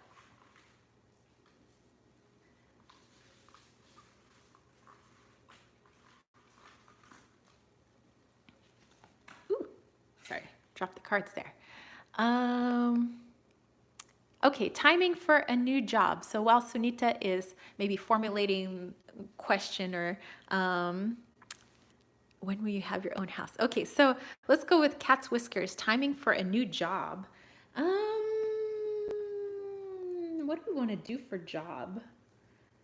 Okay, actually, no, wait. There is a job card in here. That's the fox card. Hold on. Where's our fox? Fox does mean job. Okay. So fox and Lenormand can mean job. So this is going to be your significator. So we are looking for Cat's Whiskers timing for a new job. Okay?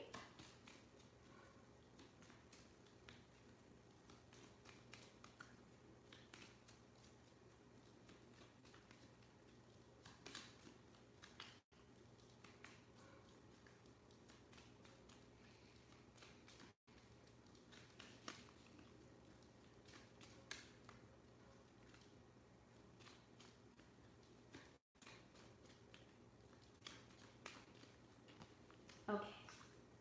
So time for a job. So we're looking for the fox card.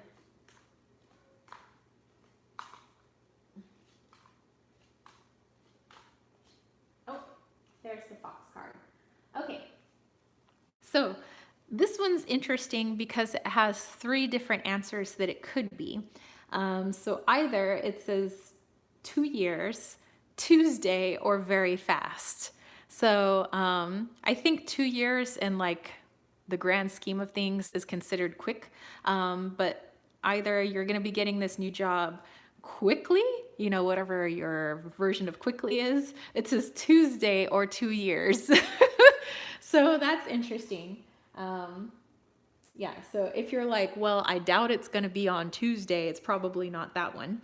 And if you're like, well, I mean, it could be like sometime this month, that would be considered pretty fast.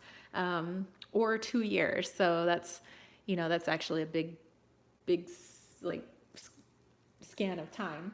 So, yeah, so probably quickly, which could be like, it says, and it's the whip. You were going to choose the whip card. I was actually, because I was thinking like repetition, like work and stuff like that.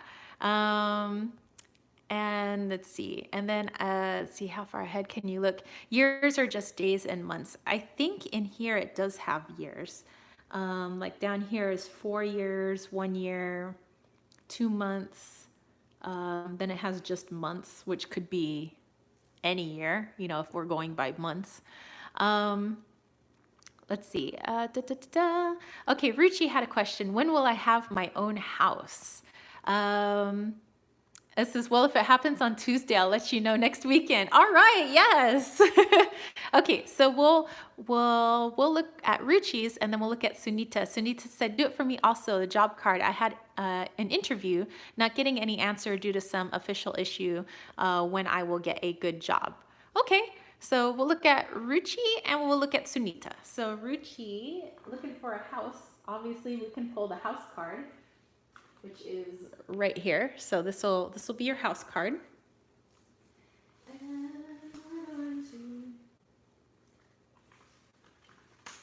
Okay.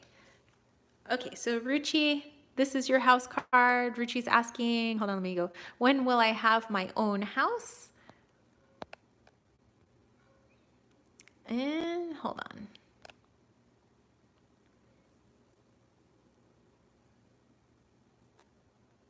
And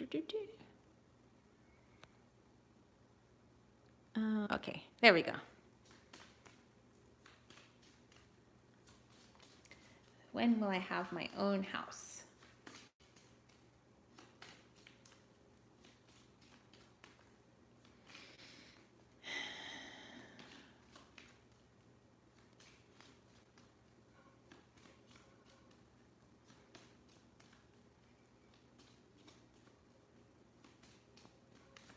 Okay, so here we go.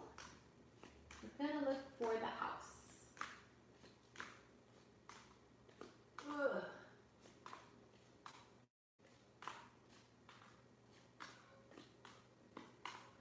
Oh, there's the house. Okay, so Ruchi, under house it says 10 to 20 years. So I would say, you know, 10 years is actually not that bad when it comes to a house, because buying a house, like you think of buying a house, that's like a big deal. Like it took me a while to get the house that I'm in. So, oh, Sherry Buck said, oops, it was on Amazon. So yeah, it took me a while to get my house. I don't think that buying a house is something that happens right away. So I wouldn't get discouraged by that 10 to 20 years.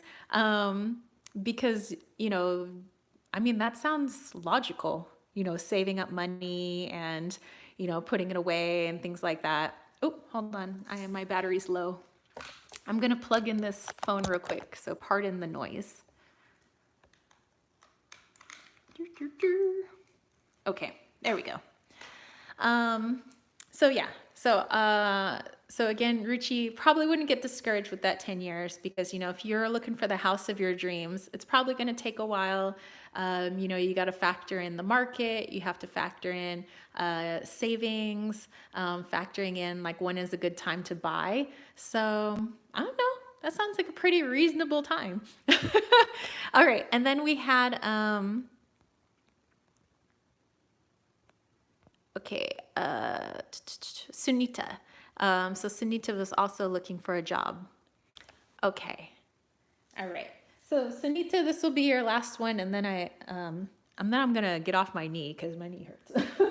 All right. So Sunita will be our last timing one, and again, job is going to be the fox. So let me just quickly find that fox card for you.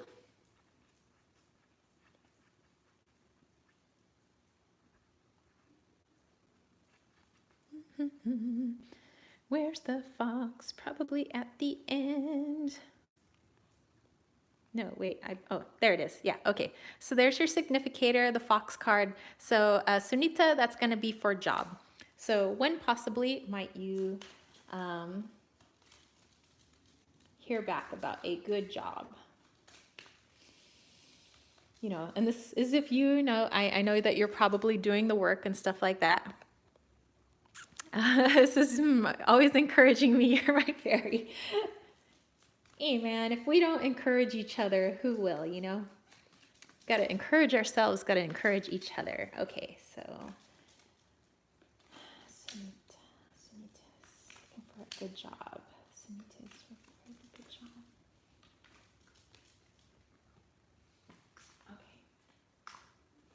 so Sunita, we're looking for your fox. Oh, okay.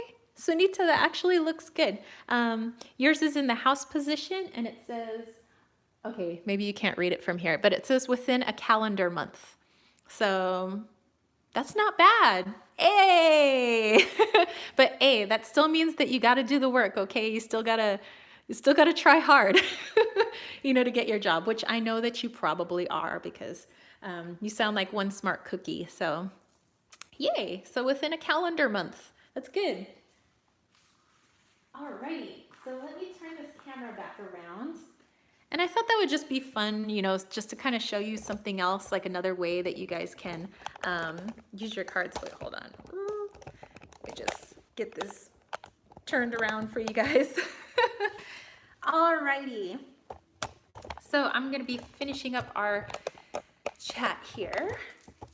I hope that you guys had fun today, going over the high school reunion, showing you guys some goodies. I showed you guys like a really old deck. And then maybe, a different way for you guys to use your Lenormand cards if you guys happen to have these cards. And I would say you probably don't even need to go buy these cards. You could probably look up like what what are Lenormand cards and just like make them out of index cards. Like all you have to really do is write a word. You don't even need to draw pictures. And that's what I like about Lenormand. It's very straightforward and not as I would say, you could do intuitive stuff with Lenormand too, but it's a very rigid system, but I like it. So yeah, I am going to pull you guys a card now. Cat's Whiskers says, thank you, that was fun. First time with those cards. Well, hey, I'm glad I introduced you to maybe a fun new little system. But I want to pull a card for all of us, just one card, as like a general message for us, and I'll do a little healing. And yeah, and then I hope you guys have a wonderful weekend. This is my last weekend before I start school on Wednesday. So I will have 3 senior classes and 2 freshman classes. Lady Knight says, if you know a good website for the keywords on the board, could you put that in the comments? Yes. What was that? I have that website saved. So yes, I will find it after like the live chat uploads and everything like that. I'll find it. I'll put it in the comments. I'll just pin it at the top. But yeah, look for it by the end of the day. I should have it there. So Anita said, so this month, so within a calendar month. So, it could be, well, what's today? Today's the 10th. So in between August 10th and September 10th. So like 1 month. So yeah, so something like that in between today and September 10th. So that way it would be exactly 1 month. So yay, Sunita. Okay, so I'm going to pull us one card from my uncle's OG deck here. I do a little healing for you guys. And then tomorrow I have my very first rehearsal with the Romeo and Juliet opera. So I'm actually really nervous about that. It's going to be a whole costumed opera and everything. I know I'm in the chorus, but I don't know, I'm kind of nervous. So that'll be tomorrow for most of the day. So I'm not really going to have my Sunday, but that's okay. And then today I have like some readings and some healings and stuff to do. So I need to get those done. I have to send out a deck. Somebody had bought a deck. And then I have to make my videos for next week. And then I have to get ready for like teaching next week. Sherry Buck said, curious as to if you sage your classroom or anything at the beginning of the year. Well, technically I can't light smoke or anything in the classroom because I'll set off the fire alarms.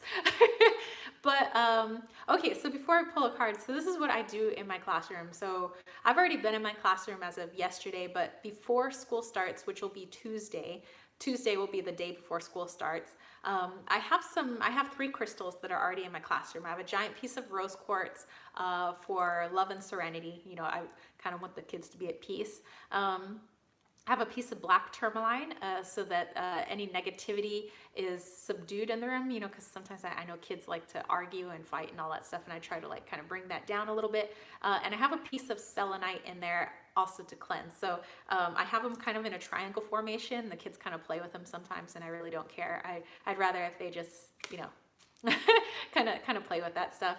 But I do a little walk around, and it's like a little dusting that I do, but it's more like I'm trying to put my energy into the classroom again.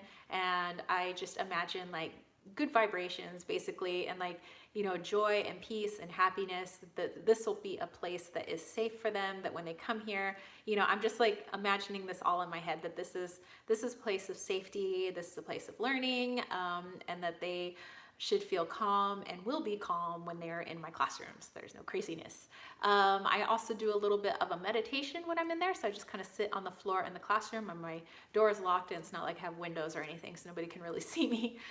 Plus I'm in a basement, you know, I'm where it's really dark in school. So I just kind of sit down there, and I just kind of bring in my guides and ask that the whole classroom be cleared and clean, and I ask for nothing but love and positivity when the kids come in here, and that this is a fun and safe learning environment for them.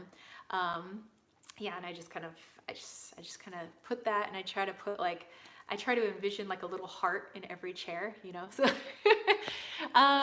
Sunita said, I will inform you after receiving the offer letter. Yay, definitely let me know like how close the Lenormand was to your being offered a job. But don't forget, you still got to do some hard work, which I know you are. So so yeah, so I just do a lot of visualization. I do have a little scentsy thing, you know, those little like wax, like scented wax melts. I can have that in the classroom because it doesn't let off any smoke. So I usually have that, and then I like to put a little scented cube in there every Monday, because I know nobody likes Mondays. Teachers, students don't like Mondays. So I usually try to get my classroom to smell like gingerbread or flowers or sunshine, you know. And so the kids always, I can hear them in the hall. So they're like, whose classroom smells so good? And so when the kids come in, they're like, your classroom always smells so good. So I always like, you know, the classroom to smell really nice. It's inviting. Sometimes it smells like cookies. And yeah, and that's how I kind of keep up like the vibration in the classroom, is like I try to implement as many things that feel comforting and good to the kids as possible, so that they could just focus on learning and not focus on like drama with each other and blah, blah, blah. So that's what I do. That's how I kind of cleanse my classroom, is basically the stones that I have in there. I cleanse with the meditation light that I bring in, and my little scentsy thing. So, okay, so here's our card, and then we'll do a healing, and then I will let you guys go. Of course, you guys can go at any time. It's not like I'm keeping you prisoner.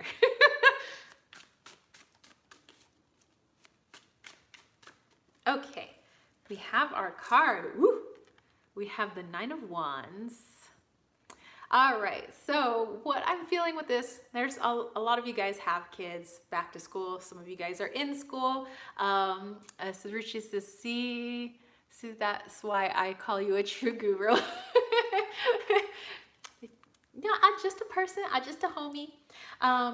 But, you know, I know there's a lot of stuff going on in August right now. Some of you guys are in college. Some of you guys are looking for jobs, like, you know, Sunita and Cat's Whiskers and things like that. So there's a lot of work to be done right now. And I think that this is just a message to kind of keep at it. I know at times things can get a little weary, but this isn't a card that shows that there's any sort of defeat in the near future. This is just a card that shows that sometimes things are gonna get a little tiring. Sometimes you're gonna wanna take a nap, you know, at the end of the day because you're exhausted. And that's gonna happen. We have these ups and downs where, you know, times get tough, and sometimes times are really easy. Right now is not one of those times for a lot of us. It's just time for hard work. Me too, because I have to go back to work. But to just kind of hang in there, because, you know, when you think about it, you know, like in the, you know, I know that the next Wands card after this, the 10 of Wands, is like the burden on the back. So if you're kind of going full circle again, it's like, okay, you got this. And yes, there might be a lot more burdens that are put on your back, but then you go back around and you start the Wands all over again, you know, excluding your court cards. So you have the Ace of Wands. So it's like, yay, something's new. And then you have like the 2 of Wands. Yeah, I finished this and I'm on to something new. So you're kind of at the end of a cycle. You know, you're at the end of like things being really tiring, so it's going to be tiring for now, but that cycle will pass and we'll be all back around again. So yeah, so just those of you that are feeling a little weary, feeling a little like things are a little tough right now, there's a lot to do, you got kids in school, you are in school, you're doing a lot of stuff, you're changing jobs, you're looking for jobs, looking for a home, looking for lots of stuff right now. Yes, it's tiring, but keep at it, because eventually that cycle will end and we'll be all the way at the beginning again, finding a new adventure to embark on. So, yay, that is our message. All right, so for the healing, you guys can stay. You don't have to stay. You can go about your business, do whatever you want to do today. You can go take a nap. You can go mow the lawn, go wash the dishes, go do the laundry like I'm going to do. Somebody's down to her last pair of clothes. Richa said, when will my King of Pentacles come? Well, remember that's always dependent on the other person, but I say look at yourself. The King of Pentacles is in you. The Pentacles, you are the Queen of Pentacles, you are the King of Pentacles, you are all the Pentacles, they are in you. I would say treat yourself as if you were dating yourself first, and then people are going to catch on that, hey, I want to date that person too. How come I want to in on that? So yeah, I would say treat yourself as if you were dating yourself, and people are going to catch on. You'd be surprised how quickly they catch on that they would like a little bit of a dating with you too. All right, so you don't have to get in lotus pose or anything. You guys can just do whatever you're gonna do. You don't have to stay, like I said. But yeah, I'm just gonna put a little bit of, because we got that kind of wearily standing there Nine of Wands card, I just want to put a little bit of like relief energy, like just relieve a little bit of pressure from your shoulders. That's all I want to do. So I'm just going to put a little bit of that energy out. If you don't wish to accept the energy, that's totally fine. You're not going to hurt my feelings. Some people are very specific on where they get their energy from. Or if you want this directed to a person, a particular person, an animal, a place, that's fine too. So, all right, here we go.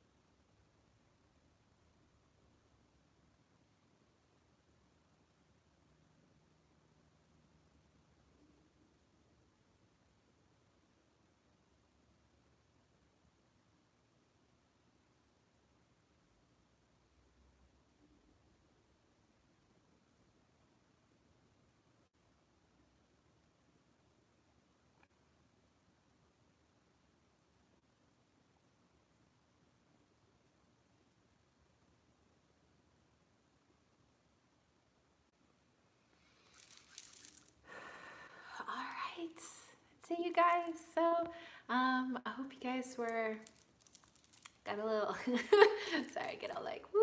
I hope you guys were able to at least feel like the knots were taken out of your shoulders. Just feel just like a little bit of comfort. I know you guys are busy peoples. Lady Night had one quick last question. I saw some flashing lights in my room outside of my eye today 3 times, like old photography flashes. What makes themselves known like that? Oh my gosh. Okay, Lady Night, that happens to me too. Okay, so quickly before I go, let me just answer Lady Knight's question and then, well, I mean, the rest of you guys can go if you want to. Thank you, Ruchi. um, um, After I started getting into like big house clearing type work and I started really working with some heavier energies, um, I would start to see like photography flashing out of the side of this eye, which is my right eye. I don't know. It's like, yeah, it's my right eye. And I get it every now and then. I don't get it a lot, but for me, when I feel like I have a lot of energy coursing through me, I think that's when that flashing starts happening. Because I notice that when I really start tapping into some bigger energies, heavier energies, and heavier, I don't mean bad. I just mean more powerful energy. And I'm just kind of a conduit for that, whether or not I'm doing in the middle of a tarot reading or not. Like maybe I'm just going about my day and I just happen to, for whatever reason, really be tapping into the person I'm talking to. And I realize I'm using a lot of energy to do it. And I don't, and I have to be more conscious, I guess, when I'm really like tapping into other people, because it might be intrusive. And so I don't mean to do that. And so I notice that when that light's flashing for me, it's like, if I don't want to like really like bombard people and like be all into their business, I'll pull back and I'll be more conscious of it. So for the flashing light for me is just like a, hey, do you want to be working with some big energy right now? Because if you're not, you need to pull that stuff back. So if that happens, just like if I'm talking to you guys, and every once in a while the flashing does happen when I am talking to you guys and I realize that I'm really like putting energy out to you guys and I'm really trying to feel your energy, I know that I need to just pull back a little bit because maybe I don't maybe I don't want to get all intrusive like that. But that happens once in a while. It doesn't happen very often, but I can't tell you for sure what that flashing is. But in my experience, it seems to coincide with lots of energy just coming through me. Like I happen to be working with a lot of energy. So it happens once in a while. So I don't know. Actually, I should probably look into that, see if that happens to other people too. But in my experience, I think that's just like big energy that you're just like working with, maybe. Like it's just like unconscious. So yeah, it is interesting. That is something that I want to look into because I thought there was something wrong with my vision. I actually did get my eyes checked and I still have, this is actually considered my hawk eye. I have like 2015 vision in this eye. It's like perfect, more than perfect vision, and it's like 20/20 here. So, so it's funny that it happens in the eye that I have like the most clarity in. Not that 20/20 is bad, but like 2015 is like, that is clear. But yeah, I don't know. Maybe I'll Google that when I get off here. Actually, after I do all the chores I need to do today. All right, so anyway, I hope you guys enjoyed the healing. Lady Night, I hope that helped. So yeah, I guess I am wishing you guys all a wonderful Saturday. Like I said, things get tough around this time, but it's just a cycle. It will pass. And yeah, I'm wishing you all the best. All right, peace, love, and chicken grease, you guys. Peace out. Bye, Lady Night. And thank you, Sherry Bug, for being an awesome moderator.